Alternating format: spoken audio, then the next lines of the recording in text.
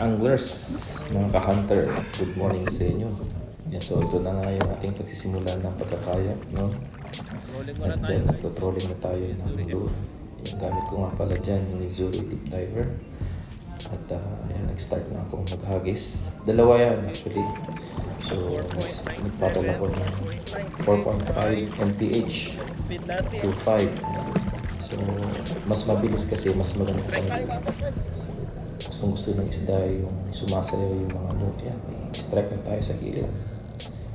Bilis talaga kumagat ng ating lure. Hindi pa ako nakakalayo ng pagpapadal dyan. Siguro nakapagpadal lang ako ng mga 10 or 20 paddles. Then biglang sinibad ka agad. Ayan, medyo malakas din yung hatak. Pero hindi na siya kalakihan. So yung lugar natin nga pala yan sa Jebel Ali. Ayan. Mukhang vampira yung nahuli natin dyan. At Barracuda yung kumagat sa atin. Ayun, tumalon pa nga, oh. Kita nyo yun? Ayan, oh, slow motion natin. Yes. At ginap ko na nga yan para may secure na natin. Ayan, nabot na siya. Pinanakan siya agad sa tiyan. Pasok yan, tanggal. Medyo matagal kasi medyo malikot yung isda. Medyo nag-iingat lang tayo dyan mga guys. Kasi baka tamaan yung kamay natin. Ayan. Silantig natin yan para mas madali siyang matanggal. Ayan. Ayan. Tanggal na. Napakita ko sa inyo kung gaano kalaki. So dito sa area na to, medyo marami pag ganitong mga panahon. Ayan, sinapat na kakagat natin. Ayan. So habang napapadal tayo dyan, medyo nagkukwento-kwento muna. Ang patanggal ng kaba. At para mas masaya. Wala tayong kausap eh. Ayan, may kumagat na naman. Disable. Talagang napakabilis talaga nilang kainin itong ganitong kulay. Yung nga palang kulay niya ay rainbow. Ayan o. Ayan o. Medyo malaki ito. Pero parehong species ng isda. Barracuda. Sadyang marami talaga sila pag panahon ng simula ng winter. Ayan, ayan, hatak. Yes, hatak. Ayan. Hatak lang ng hatak yan guys. So, ang ganda ng ating nasa likod. Oh. Araw, sikat pa lang ang araw dyan. Igagat natin na uli yan dahil problema kasi ng isda na to kaya minamadali ko dahil umikot siya. Kaya yung katabing linya natin, sinapitan na yan eh.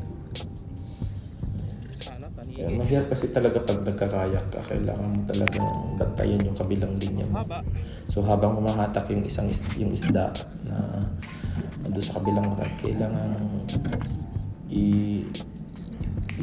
iikot mo yun dahil kapag hindi mo inikot yung linya mo, talagang sasabitan ka yun. Ayun lang, nakita natin isda yan. O yan, dali ka agad, di naman sa panga.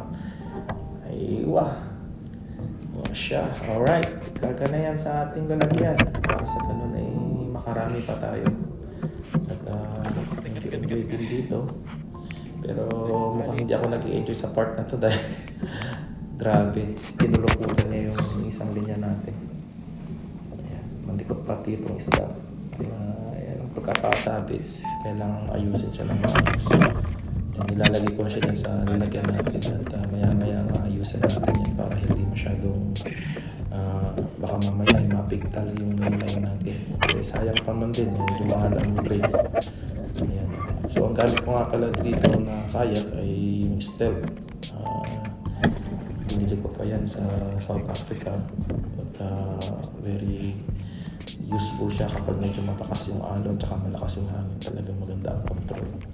Yan, kahit anong klase ng weather, kaya niyang sumabak. Matulin pati sa dagat. Yan.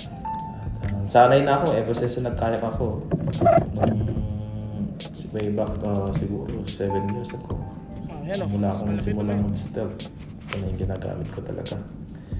O siya. Alright guys, so hanggang dito na lang yung video natin ngayon. Sa susunod ay mag-upload pa tayo. At bayan natin yung mga susunod na video natin. Alright, thank you so much sa inyong panonood. Good luck and Happy Christmas to every one of you. And also, Happy New Year. Bye!